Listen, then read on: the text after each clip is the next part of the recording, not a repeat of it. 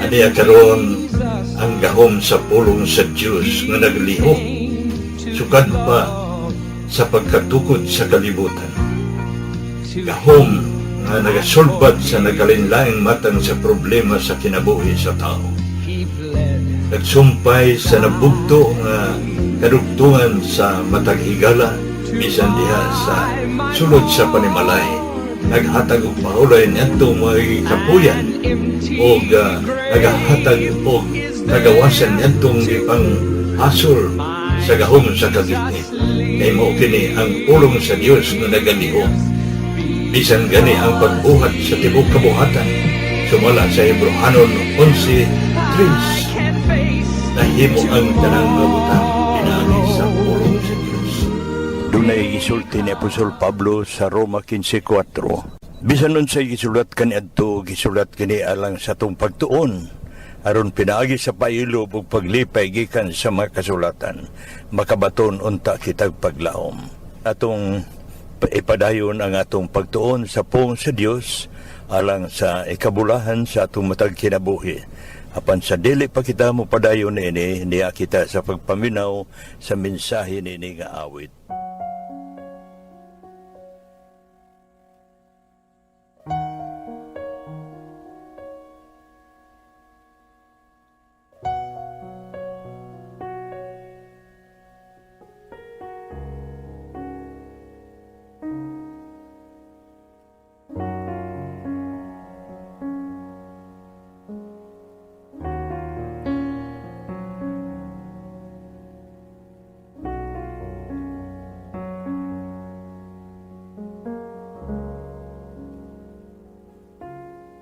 Himugso ko ning kalibutan aron sa dako na katuyuan, inigsod ko sa kalangitan, mga bulan kabituunan imong gipahimutan.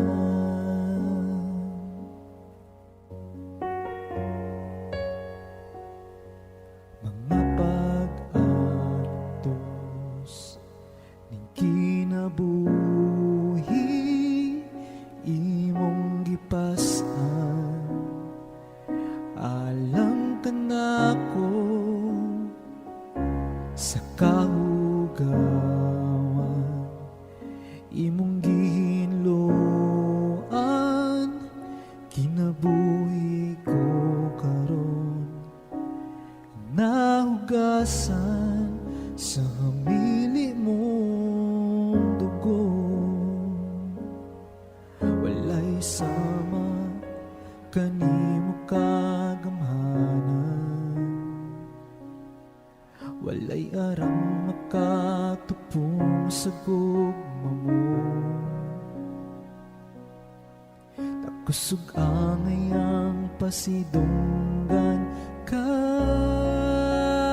hangtod may kinabuhi, hangtod may kusog, hangtod may gininhawa, sa ngabil ko himayaon ka, hangtod niya ka sa kasing-kasing ko, bayawon ka ug alagaran ko, Ginoo.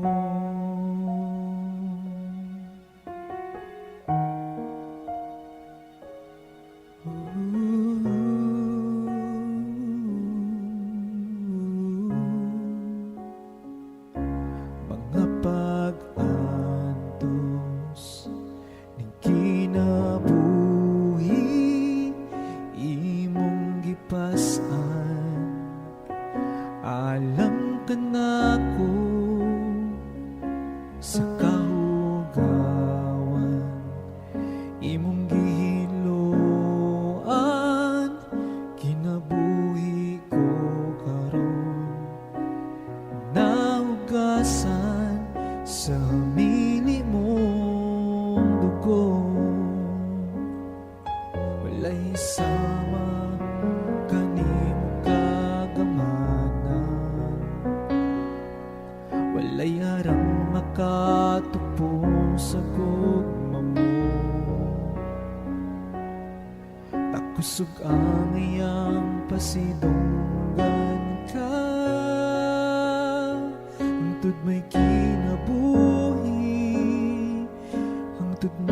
kusog, hangtod may gininhawa, sa nabil ko himayaon ka, hangtod niya ka, sa kasing-kasing ko. Bayawon ka ug alagaran ko, hangtod may kinabuhi, hangtod may kusog, hangtod may gininhawa, sa nabil ko himayaon ka, hangtod niya ka, sa kasing-kasing ko. Bayawon ka ug alagaran ko, hangtod may kinabuhi, hangtod may kusog, hangtod may gininhawa, sa nabil ko himayaon ka, hangtod niya ka, sa kasing-kasing ko.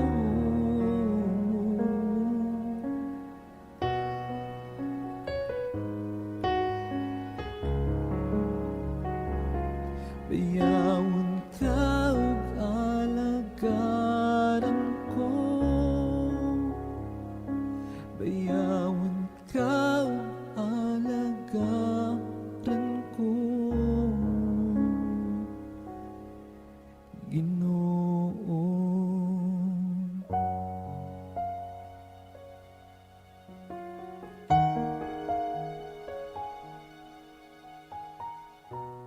Maayong buntag kaninyong tanan, mapasalamaton kita sa atong Ginoo sa iya nga pagtugot ka nato bisan sa jutay lang nga panahon alang sa pagtuon sa balaang kasulatan. Ug hinaot nga makatabang kini nga atong pagtuon alang sa dugang nga kahibalo ug pagligon usab sa atong pagtuo ug relasyon diha sa Ginoo.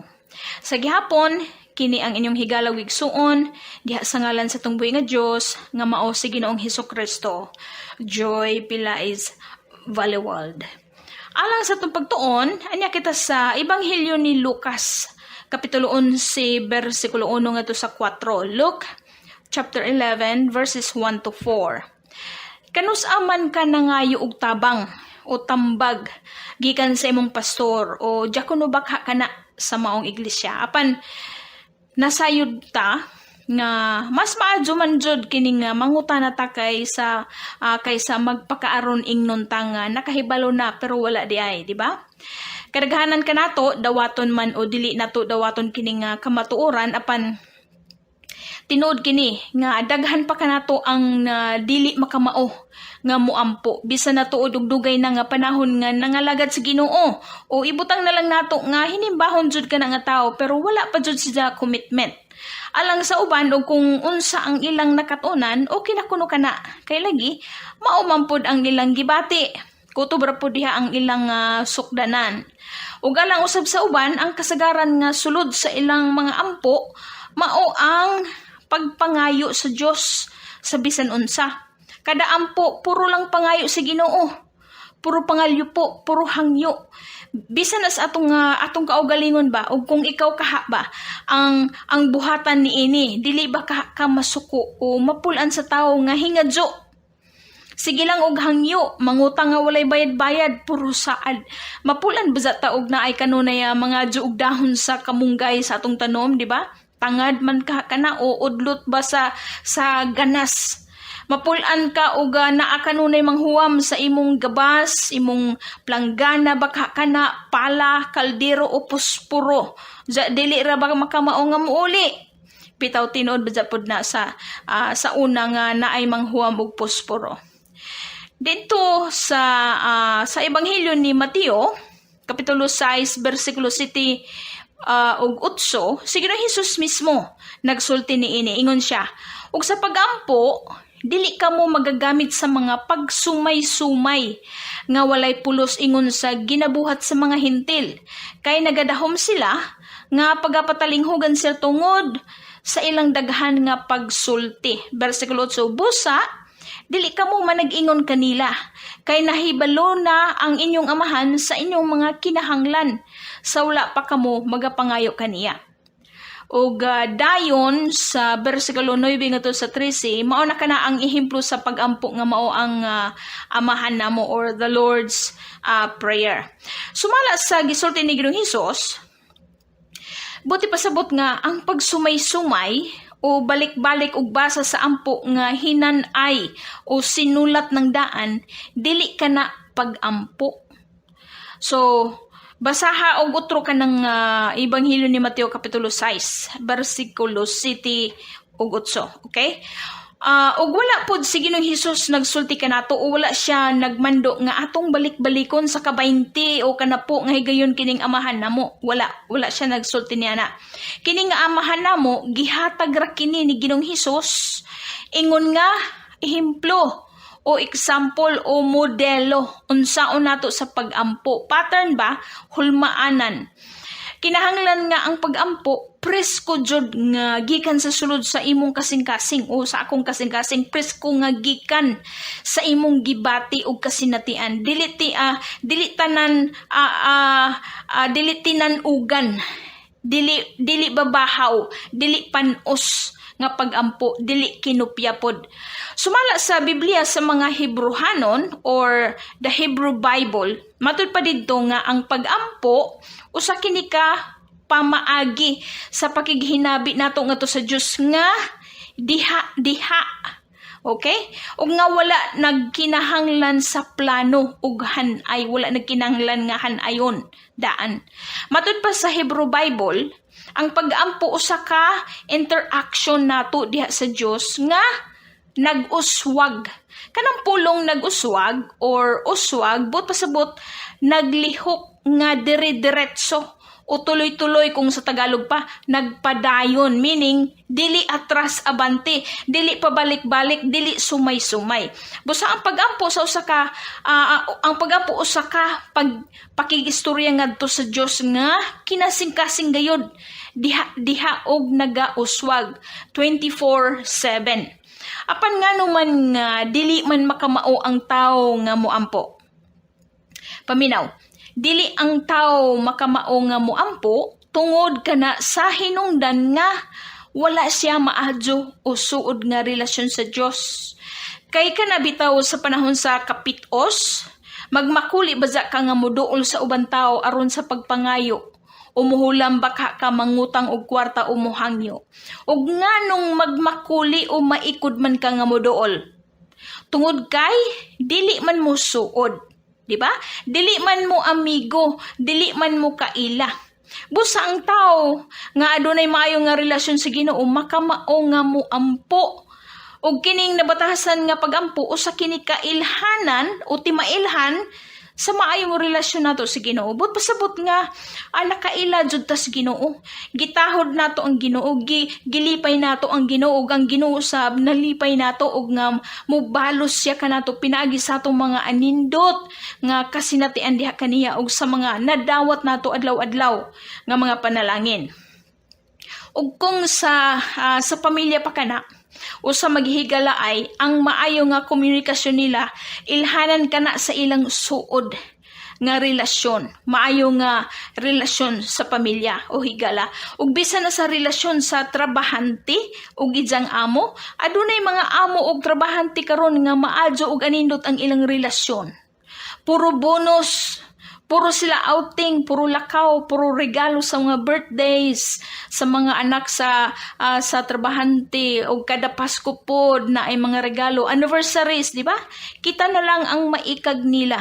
Busa dinhi sa atong pagtuon, alang kang Lucas, sumala sa iyang sulat dinhi o sa Ebanghelyo, nakamatikod si Lucas nga anaa sa makadaghan nga higayon nga nagampo si Ginoong Hesus. Hingampuon si Ginoong Hesus. Again, ilhanan ka na sa maayong relasyon ni Ginoong Hesus ngadto sa Dios Amahan sa langit ug nga kanunay siya nga nakig-istorya sa Amahan. Sigurado sa bako, paminaw, nga sa kinatibuk-an sa upat ka ebanghelyo o the four gospels, aduna pay daghan nga mga higayon nga nagampo si Ginoong Hesus nga wala lang mahisulat dinhi sa ebanghelyo o gospels. So sulod ba lamang sa 3 ka tuig nga namuhat si Ginoong Hesus o bisan na sa iyang pangidaron? Sigurado nga daghan pa jud nga mga higayon.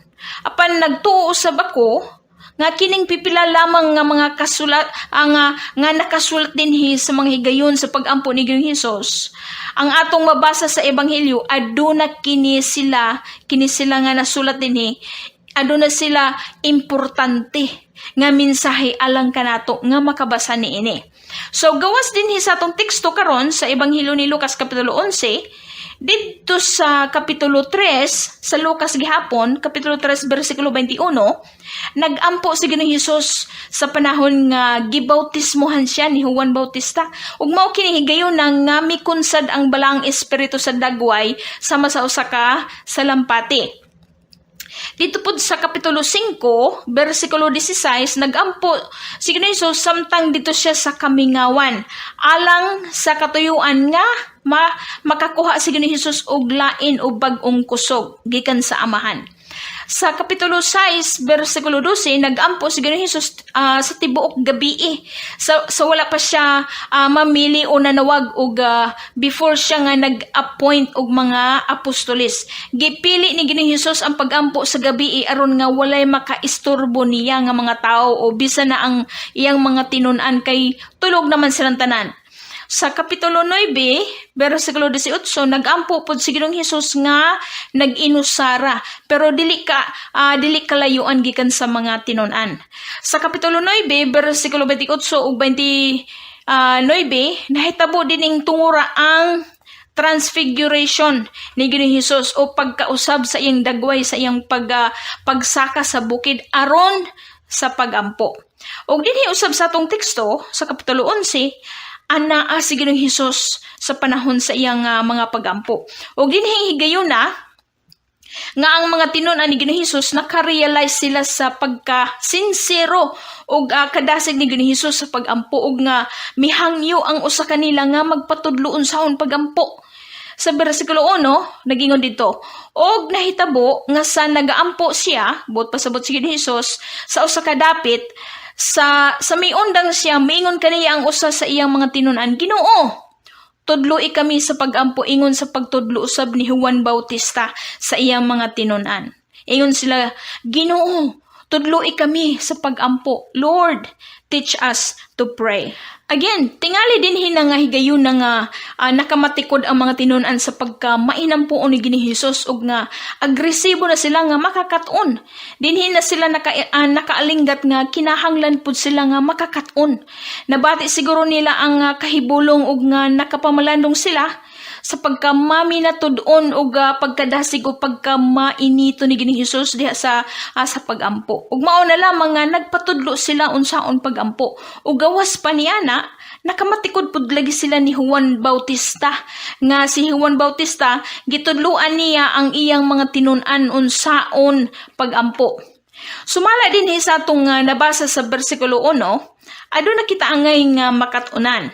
Una, sama sa nakatunan sa mga tinun-an diha kang Ginoong Hesus ato usab nga makatunan dinhi nga ang mga gasa ug hiyas nga anaa sa uban o anaa sa usa ka magtotoo unta makapadasig pud unta kanato sa pagkabot o pagtinguha sa samang gasa ug hiyas ug grasya ingon nga matarong o Dios nun nga kasina. Matarong o Diyos nun nga kasina. But pasabot nga, kaikagan nato ang mga espirituhanong butang o espirituhanong hiyas o buhat o pamatasan sa uban. Ug nga dili kaikagan nato ang bahandi og kabtangan sa atong igsuon o silingan. Kaikagan nato ang pagampo nga madasigon dili ang kadasig sa pagtiktok-tiktok o selfie-selfie. Sama sa mga tinun-an nga ningon sila Ginoo, tudloy kami unsaon pagampo. Lord, teach us to pray. Ang ikaduha, ang atong makatunan usab dinhi nga ang tinuod nga pamaagi sa pagampo makatunan lamang nato kini pinaagi sa maayo og insakto nga pagtudlo. Ug kung nagpatudlo man gani ang mga tinun-an ni Ginoong Hesus, Mao nga dili pud ta magmakuli nga mga yuog tabang sa pastor o sa diakono o sa kaigsuonan nga nakita nato nga makatabang nato sa espirituhanon nga bahin. Sa eskwelahan bitaw, ang teacher moingon man ang magtutudlo, ug aduna kamo mga pangutana o kalibog, ayaw kamo pagmakuli nga moduol, di ba? Moingon, for more questions and inquiries, please feel free to ask, di ba? Lisod ba ning magantos tas kauaw? Pero mas lisod ang magantos sa pagka-ignorante kay pakyas jud ang dangata nato. Busa dili kita magpakaaron ingnon nga nakabalo na ta sa tanan. Mangutana ta ug magpatudlo ta. Pero lagi og kung ang garbo na ang maghari, dili mangutana kay feeling lagi na suhito na nasayod na sa tanan, kampante ra ba? Di ba? Ja himuna na pa. Kay wala man lagi magpangutana, nabalian sa bukog kay ning ambak sa suba nga mabaw ra man di ay ang tubig. So taon jud lagi nato. Ug sa pagampo pod na, feeling sa uban nga insakto na lagi ug komportable na basa-basahon na lamang ang maong pagampo balik-balikon. Ug ijang ampo balik-balikon ni ijang ampo nga hinay-hinay hinanay sa laing tao. Dili ijang kaugalingon nga pagampo. Plagiarism ang tawag ana sa English. Wala bay originality nga ampo. Ang ikatulo, ug ato sab nga makatunan din hinga angayan lang jud nga mamalandong una kita. Mamalandong usa kita nga mupadayon sa atong tumong o tuyo sa pagampo ngadto sa Ginoo. Kinahanglan nga pangayoon usa nato sa Ginoo ang pasaylo ug nga hinluan o limpyuhan ni ang atong hunahuna ug kasing-kasing aron nga mamahimo kitang takos nga moatubang og makigistorya sa Dios nga balaan. Mapainobsanon kana nga pamatasan. Kinsa man ang ganahan mutabang sa tao nga walay puangod, daber? Naaba sa mga tao nga puro lang pangayo, dili makamao nga mo pasalamat. Ug mao lagi nga ang uban, komportable na lang sila nga nagbasa o magbasa o magsumay-sumay sa hinanay daan nga ampo kay lagi wala sila'y gugma nga magpaubos atubangan sa Ginoo. Basta lagi sa ngalan na lang ba nga nagampo o nakaampo, okay na nila ang sumay-sumayon nga pagampo nga hinanay sa ubang tao. Ug mao nga og kung muampo sila, puro na lang pangayo. Puro na lang pangalyo po sa Ginoo, puro hangyo. Give me this, Lord. Give me that, Lord. Give me, Lord, nga ampo. Ug mao man gani nga gikasukan bitaw ni Ginoong Hesus ang mga tao nga nagsunod-sunod diya. Ingon si Ginoong Hesus sa mga tao, nganong mutawag man mo nako og Ginoo nga wala man mo magbuhat sa akong ginaingon kaninyo. Ato ka na makita sa Ebanghelyo ni Lucas kapitulo 6 bersikulo 46. Kining kinaidya nato, muampo ra ta sa Ginoo og kung nagkinahanglan na ta. Muduol ra ta sa Ginoo, umusimba ra ta og gisilutan na ta sa Ginoo. Pero og hayahay gani ang kinabuhi. Ipadaplin usa ang Ginoo. Musimba ra og panahon sa ting board exam kay magpaampo aron nga makapasa. Jahuman sa board exam, wa na pod. Hinay-hinay na pod nga dili nimo makit-an sa simbahan kay human naman lagi ang panginahanglan. Mayson ko higala. Kanus aman ang last nimo nga ampo nga wala ka mangayo sa Ginoo bisan og usa ka butang. Kanus aman ang last nimo nga ampo nga puro lang pagdaig og pasalamat og paghimaya sa ngalan sa tong Ginoo. Kanus aman ang last nimo nga ampo nga para lang kang Ginoong Hesus nga wala ka magsangpit og lain nga ngalan sa mga patay na nga mga tao o santo. Timan ikini sa bersikulo 4 Deuteronomy kapitulo 4 bersikulo 24 nagingon dito, kay si Jehova nga imong Diyos, mao ang kalayo nga nagaut-ut. Diyos nga abughuan. Okay? Deuteronomy kapitulo 4 bersikulo 24. Kay si Jehova nga imong Diyos, mao ang kalayo nga nagaut-ut. Diyos nga abughuan. So kanusa man ang last nimo nga nagampo nga para lang kang Ginoong Hesus. Nga wala ka magsangpit og lain nga ngalan sa mga patay og ang mga tao o mga santo baka kana. Dili ang Dios gusto nga anaa siya kabahin o katunga sa atong mga kasing-kasing. Maigsoon ko gigala ang gusto sa Ginoo nga makabaton kita og suod og tiunay nga relasyon diha ni Diya pinaagi sa atong pakigistorya ni Diya nga mao kanang gitawag nga pag-ampo. Huna-huna aragod kining relasyon sa managtiayon ug galing dili maayo ang ilang communication, malamang nga ang usa kanila adunay ka istorya nga lain. Og dili makig-communicate ang bana nga to sa asawa o ang asawa nga to sa bana, unsa man ang mahitabo. Ang usa mangita og lain nga kaistorya. Maadyo lamang pud og dili magbinuang, di ba? Unsa man ang katuyuan nga kanunay man magampo si Ginoong Hesus. Unsa man ang hinungdan nga kanunay man siya makigistorya samahan sa langit. Ang katuyuan ni Ginoong Hesus sa iyang pagpakigistorya sa Dios Amahan pinaagi sa mga pagampo, mao ang pagmintinar sa iyang relasyon sa Trinidad. Ang katuyuan ni Ginoong Hesus sa iyang pagpakigistorya sa Dios Amahan pinaagi sa mga pagampo, ingon nga tinuod tao sama nato, mao ang pagkuha og gahom og kusog alang sa paglahutay sa iyang misyon o bulahaton dinhi sa yuta. Og sa samang hinungdan og katuyuan nga kinahanglan magbaton usab kita og suod nga relasyon sa atong Ginoong Hesukristo pinaagi sa atong mga pagampo aron nga makadawat usab kita sa kusog ug kaligon sa pag-asdang batok sa gahom sa yawa aron nga mabuntog nato ang mga tentasyon. Sama ragod sa atong cellphone ug unsa pa na diha nga mga gadgets nga kinahanglan atong isaksak sa kuryente, di ba? Mag-recharging sa battery aron nga muandar ug magamit nato ang atong cellphone. Ang atong pag-ampo o pakigistorya sa Ginoo mao ang pagkuha nato sa gahom ug kusog gikan sa Ginoo. Si Ginoong Hesus ingon nga tinuod tao nagkinabuhi dinhi sa yuta sa kinabuhi nga disiplinado sa paagi nga kanunay jud siya nga naggahin og oras o panahon sa mga pagampo. Ug ugaling gikinahanglan naman nato ang disiplina alang sa adlaw-adlaw natong pagkinabuhi aron nga mabuhi ta og makalahutay ta sa samang paagi.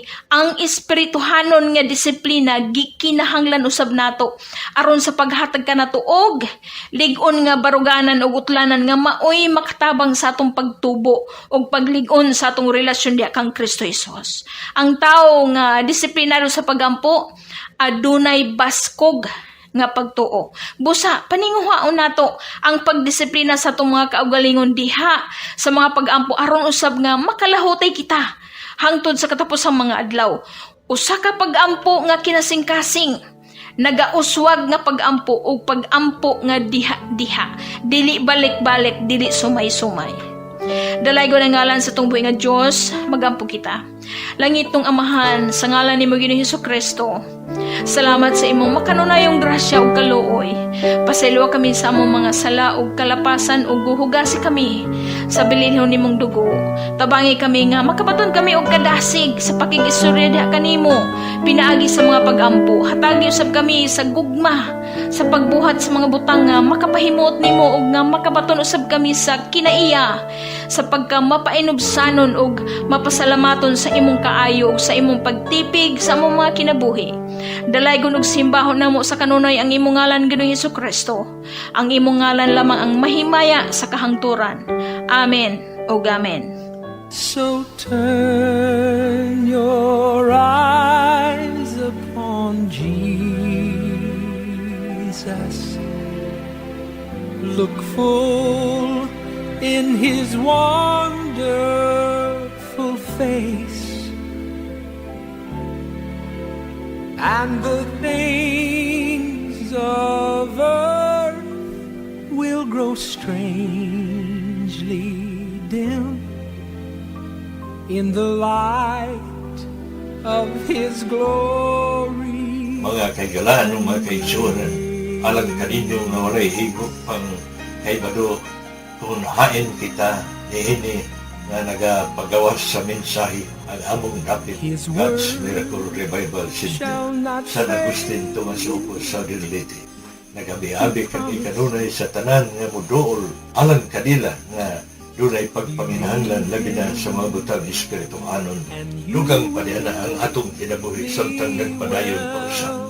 Ato kining paimuslan kay dunay mga maayong butang nga ato ng nasinati sa itong kinabuhi ng atong pininggi pagawas nga na kaninyo sa mga butang nga gikinahanglan na atong mabatunan dinhi sa atong gitanon nga kinabuhi. Mayong salvation buntag.